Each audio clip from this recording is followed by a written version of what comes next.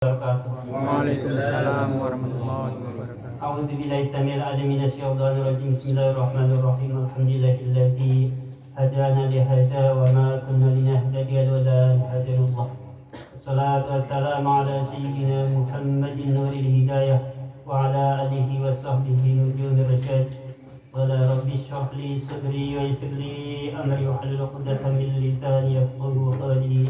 رضيت بالله ربا وبالإسلام دينا وبمحمد نبيا ورسولا وبالقرآن إماما وحكما. رب زدنا علما وارزقنا فهما. أما بعد فأقول حضرة المحترمين والمكرمين para alim para sepuh semua yang saya hormati dan saya muliakan, wabil khusus kepada pimpinan Majelis Syamsis Syumus, beliau Bapak Ustaz Mabrur yang saya hormati dan saya cintai serta saya muliakan. Tak lupa kepada orang tua kami, Bapak Kesanin, Bapak Jaja, Bapak Abdul Rahman, Bapak Mito, Bapak Mundasir, semua yang saya hormati dan saya muliakan, serta rekan-rekan semuanya sehijau, senasib, seperjuangan yang saya hormati dan saya cintai serta saya muliakan, rahimakumullah. Mari kita sama-sama membaca hamdalah. Alhamdulillah rabbil alamin. Sebagai ungkapan dan syukur kita kehadirat Allah Subhanahu wa taala yang telah memberikan nikmat hidup yang begitu besar dan begitu banyak kepada kita sekalian.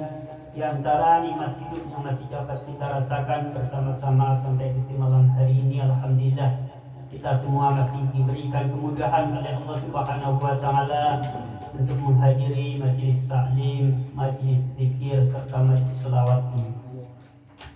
Saudaraku rahimakumullah, salawat serta salam semoga tersanjungkan pada baginda Nabi Agung Muhammad sallallahu alaihi wasallam.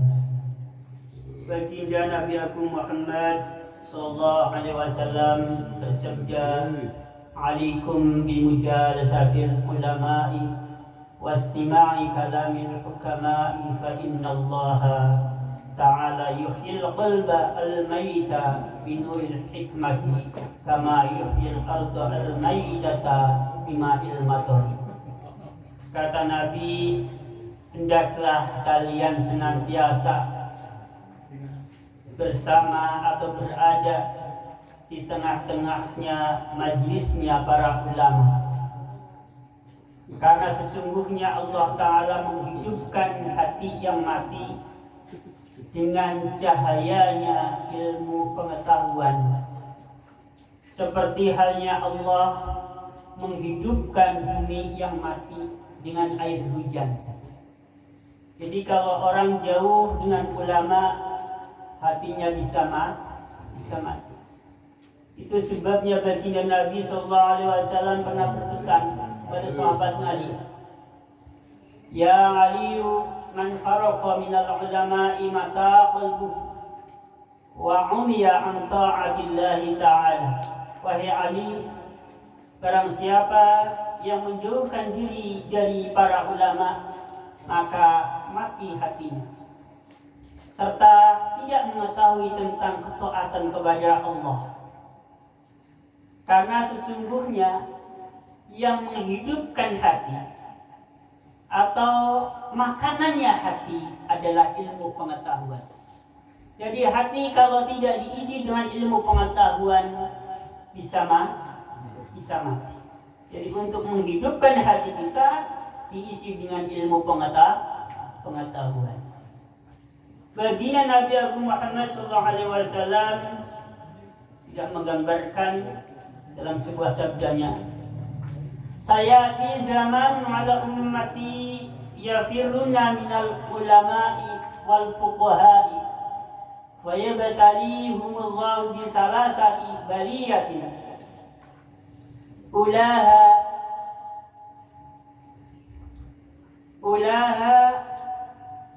yarfa'ullahu al-barakata min kasbihim wa thaniyatu yusallitullahu alaihim sultanan zaliman wa thalithatu yakhruju minad dunya bi khairi imani."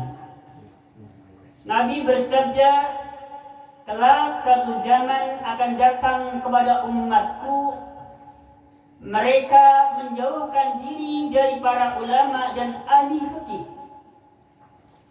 maka Allah akan memberikan ujian kepada mereka dengan 3 ujian. Ujian yang pertama, keberkahan usaha mereka akan dicabut oleh Allah Subhanahu wa taala. Jadi usahanya tidak berkah. Bagi siapa? Bagi orang-orang yang jauh dengan para ulama, jauh dengan para ahli fikih, ahli agama. Ujian yang kedua, Allah akan memberikan penguasaan kepada mereka, artinya mereka akan dikuasai oleh para pemimpin-pemimpin yang zalim. Ujian yang kedua. Yang paling berat ini adalah ujian yang ketiga. Allah akan memberikan ujian kepada mereka keluar dari dunia alias meninggal dunia bi khairi imanin, mati dalam keadaan tidak membawa iman. Naudzubillah min dzalik. Ini yang paling berat. Kalau yang pertama rezeki kurang berkah, jika sudah masalah. Yang kedua, hidup kita dikuasai oleh pemimpin yang zalim, ini juga masalah. Tapi yang masalah yang paling berat adalah yang ketiga. Naudzubillah min dzalik. Ya, semoga kita semua menjadi golongannya orang-orang yang dekat dengan para ulama. Allahumma amin ya rabbal alamin. Saudaraku rahimakumullah, semua yang saya hormati dan saya muliakan, mari kita lanjutkan pengajian kita dalam ilmu fikih, masih dalam pembahasan seputar rukun salat. Saya lanjutkan pembahasan selanjutnya, saya bacakan materinya terlebih dahulu. Bismillahirrahmanirrahim. Wastadimu ar-rafmu minar rukuni wal iktidalu qa'iman ala hayatil lati kana 'alaiha qabla rukunihi min qiyamin qadirin wa qu'udin 'ajizin 'anil qiyami. Wasaminu at-tuma'ninatu fihi ayil iktidali.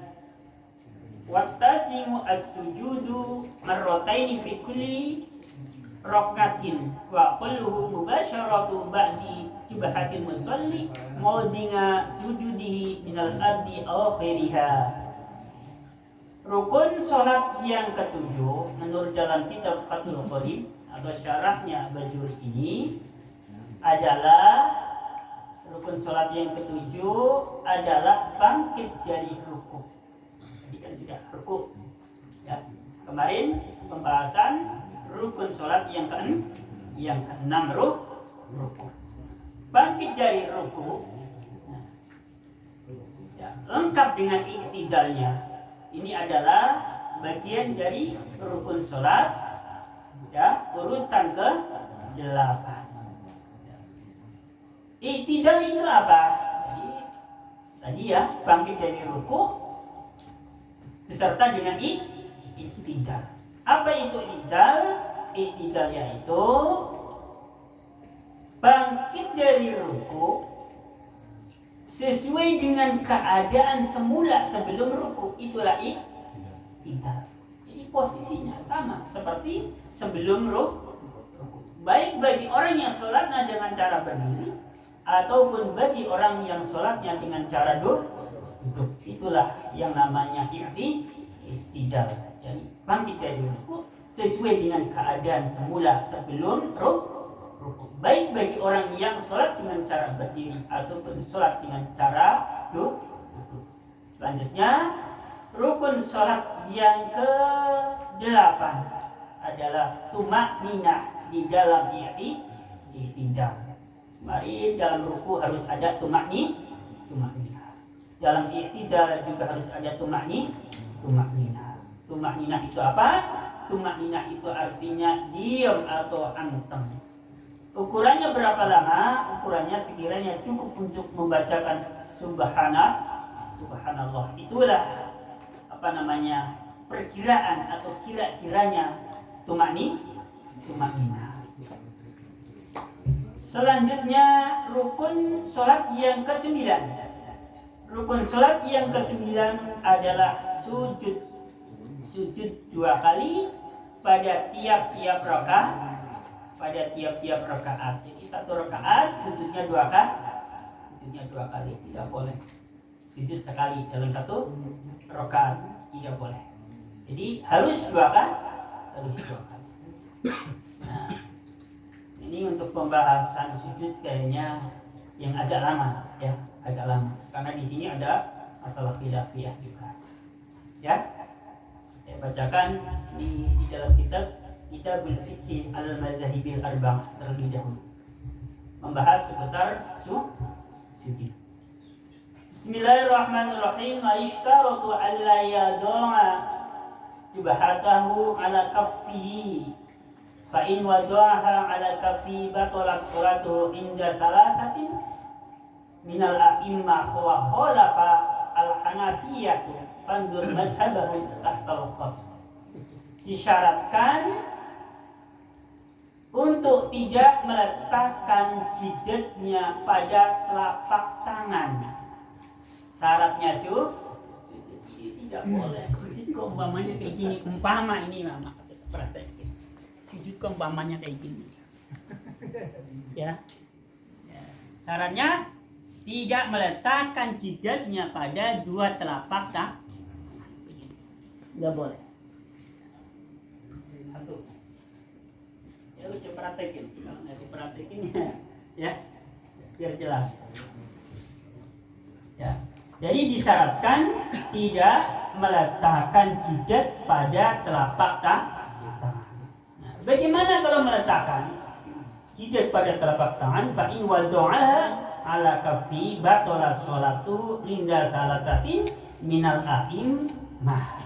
Apabila seseorang meletakkan jidatnya pada telapak tangannya, maka sholatnya dihukumi batal menurut pendapat 3 mazhab imam. Tetapi berbeda dengan mazhab Hanafi. Mazhab Hanafi ini memiliki pendapat boleh. Jadi mohon maaf apabila sampai melihat ada orang sholat di masjid kok ya pas posisi sujud ya, jadi taruh begini. Walau alam dia bermadzhab Hanafi atau bukan, berhusnudzon saja. Mazhab Hanafi berarti gitu saja. Ya. Berarti kita sudah tahu ya, kita tahu. Pokoknya di luar mazhab Hanafi batal salatnya apabila tidak diletakkan pada telapak tangan. Bagi mazhab Hanafi tidak apa-apa. Ya. Lanjutkan. Bismillahirrahmanirrahim. Wala yadurru ayyadunga jubhatahu ala syai'in malbusin aw mahmulin lahu yataharraku biharakatihi wa in kana makruhan bittifaqi salasatin minal a'immati wa khalafa asy-syafi'iyyatu fandur madhhabahu tahtal khat.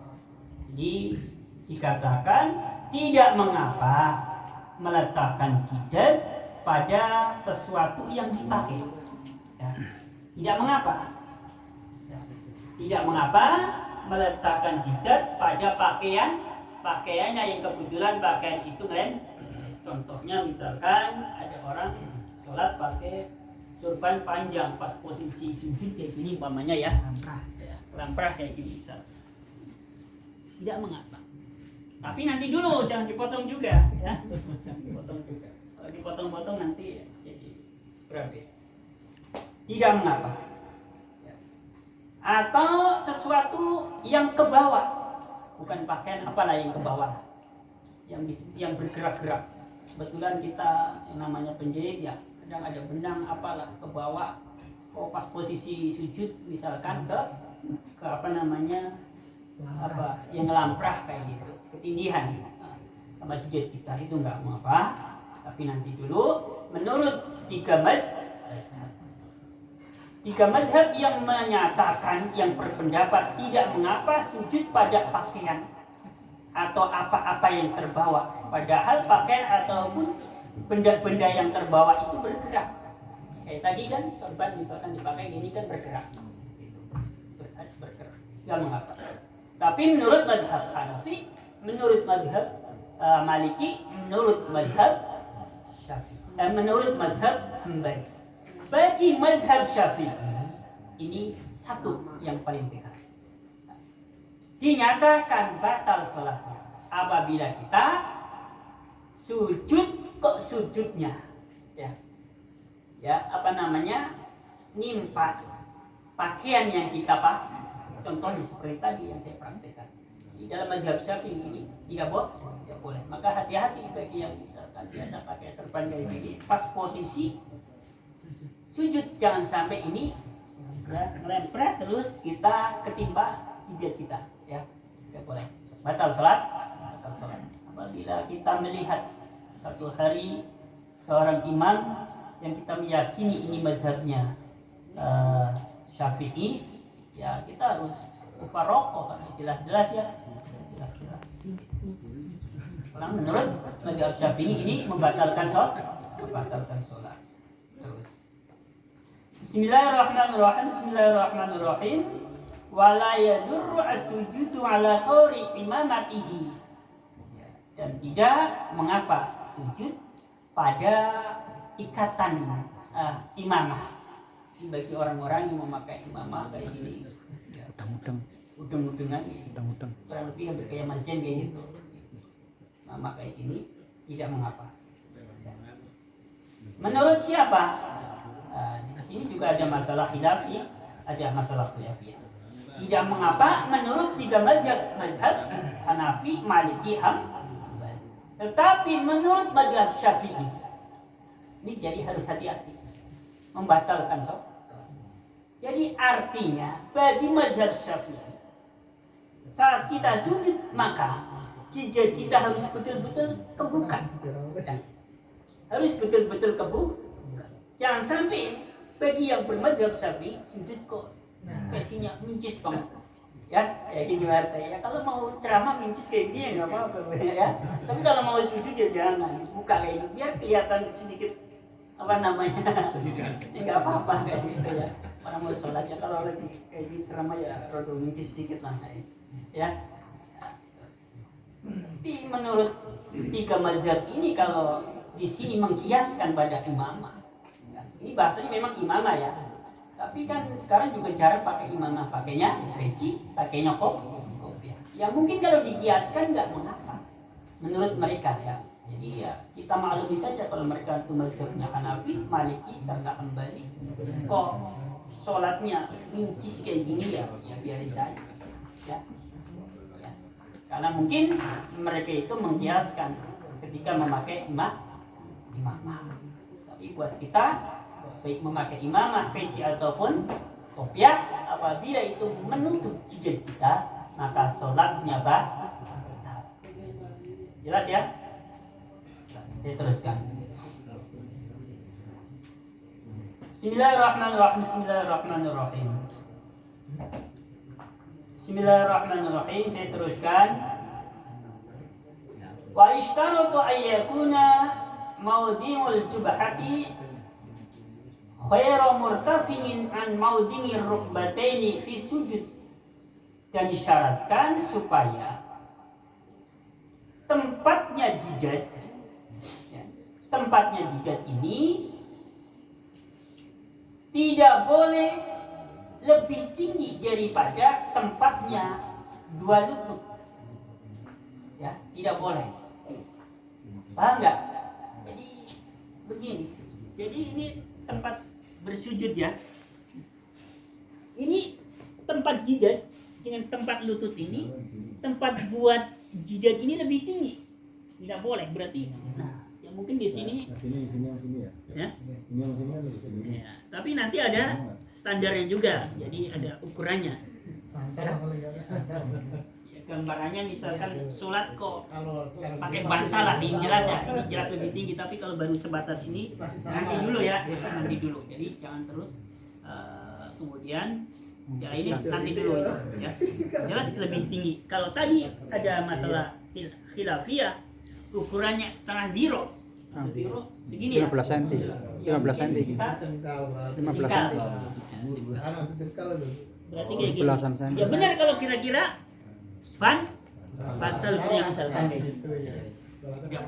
Kalau pakai saja ada dilipat-lipat nggak apa-apa. Masih. Kadang-kadang saja dilipat kadang. Ya. Jadi tidak boleh. Atrofil utamaini minal wa atrafil qudamaini wal jubhati wal salah tadi salah urutannya. Bismillahirrahmanirrahim. Saya tuliskan tadi syaratnya supaya tempat untuk meletakkan jidat itu tidak boleh lebih tinggi daripada tempat untuk meletakkan kedua lutut saat sedang sujud. Saya tuliskan. Bismillahirrahmanirrahim. Sekarang batasan-batasan yang difardukan dalam sujud. Asy-Syafi'iyyah wal Hanabilah qalu innal haddal mafruḍa fi sujudi ayyadunga ba'da kulli 'udwin minal a'dha'i as-sab'ati al-waridati fi qoulihi sallallahu alaihi wasallam umirtu an asjuda 'ala sab'ati a'dhamin al-jubhati wal yadaini wal rukbataini wa atrafil qudamaini. Ya. Jadi mazhab Syafi'i dan mazhab Hambali berpendapat bahwasanya batasan atau definisi yang difardukan dalam sujud itu supaya meletakkan sebagian beberapa anggota yang 7, ya, meletakkan sebagian dari beberapa anggota badan yang 7 yang sudah berlaku dalam sabda baginda Nabi Muhammad SAW yang artinya aku diperintahkan untuk sujud atas 7 tulang. Yang pertama di kedua dan ketiga tangan kanan, tangan kiri. Keempat dan kelima lutut kanan, lutut kiri. Kelima dan keenam lutut kanan, lutut kiri ditambah wa atrafil qudamaini ujungnya jari-jari 2 telapak kaki. Itu sebabnya ketika kita sujud telapak kaki kita harus mancal, bahasa Jawanya mancal. Jadi kalau saya praktekkan ini ya, maaf saya praktekkan sekarang ini posisi sujud ya, saya praktekkan posisi sujud bagi laki-laki ya, mohon maaf, bagi laki-laki letak kedua tangan kita ini setara atau lurus, mohon maaf yang di belakang saya, dengan 2 pundak. Jadi kira-kiranya di sini ya. Jadi ini lurus dengan pundak dan harus keluar agak megar. Perut juga harus ngangkat. Tidak boleh mendekat ke paha, nggak boleh kayak gini. Ini pokoknya itu udah mazhab Syafi'i ya. Yang ada dalam kitab-kitab fikih bermadzhab Syafi'i. Udah pokoknya percaya saja Mas Uki. Ya, percaya saja. Ini ada kitabnya ini kok. Ya, jelas. Kitab-kitab yang bermadzhab Syafi'i. Buka di Ihya Ulumuddin. Buka di kitab-kitab yang lain sama, ya. Bukan kurang lebih seperti itu. Ya, aturannya. Dan bokongnya harus lebih tinggi daripada pundak, daripada kepala. Nggak boleh rata kayak gini. Capean habis lembur ini kalau kayak gini. Ya, jangan kayak gini juga. Ya, bagi laki-laki harus megah kayak gini. Jadi posisi rukuk, posisi sujud sama-sama tegap. Berdiri juga tegap, rukuk juga tegap, sujud juga kelihatan tegap. Kalau kayak tadi kayak gini kelihatan gagah kayak itu loh, kelihatan orang sehat. Coba kalau kayak gini lagi sakit apa ya, nggak bisa dibedain. Tapi kalau biasanya sholat kayak gini nih tegap kayak itu jelas. Satu hari sholatnya kelihatan lesuk, berarti lagi sakit gitu. Lembur. Bisa dibedakan jadi Pak RT. Pak RT berarti lagi enak badan nih.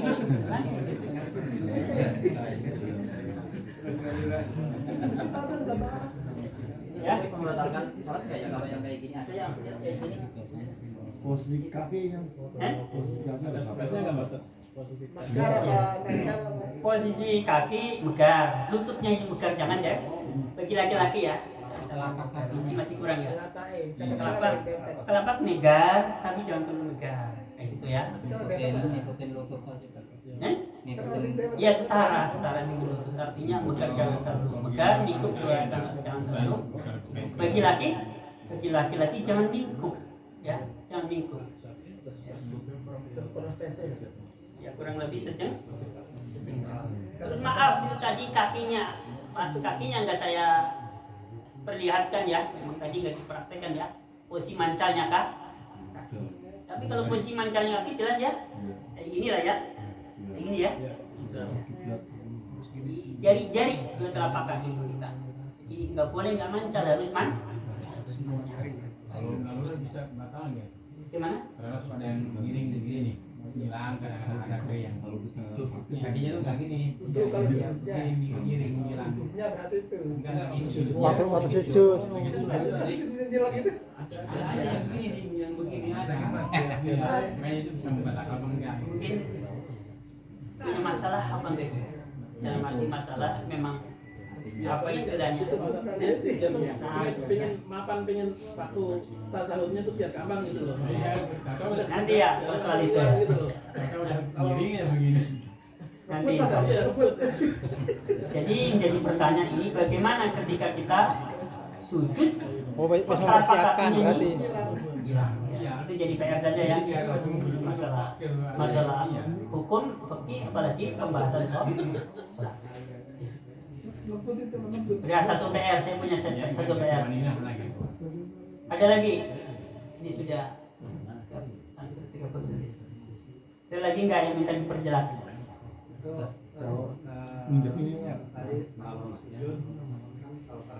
Ya, sarung.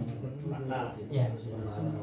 Ya. Itu berlaku untuk hanya untuk laki-laki atau perempuan. Karena saya lihat kalau perempuan sering kali ya karena kayak perempuan ya sering saya lihat. Ya ini berbicara ini laki-laki dan perempuan. Ya, laki-laki dan perempuan. Nah nanti masalah itu nanti saya perjelas lagi masalah apa batasan jidat gitu lah. Dari mana ke mana ini? Kayak gitu ya. Bagus yang gerangan. Orang kurang. Ya kalau tangan sudah jelas ya, sudah jelas. Harus telapak tangannya itu Karena pas itu harus nempel, nggak boleh ada penutup. Cuman kalau dia tadi kan masalahnya batasannya dari mana ke mana. Kalau apa namanya definisinya secara longgarnya kan dari tumbuh rambut sampai alis namanya. Ini yang disebut jadi orang. Tapi tentu kan orang maaf kan ada yang istilahnya ini agak ke sana, ada yang enggak. Jadi di sini adalah umumnya jidat itu dari mana ke mana.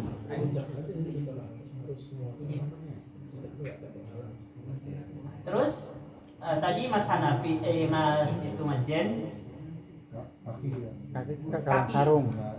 kaki itu kan harus mancal ke lantai.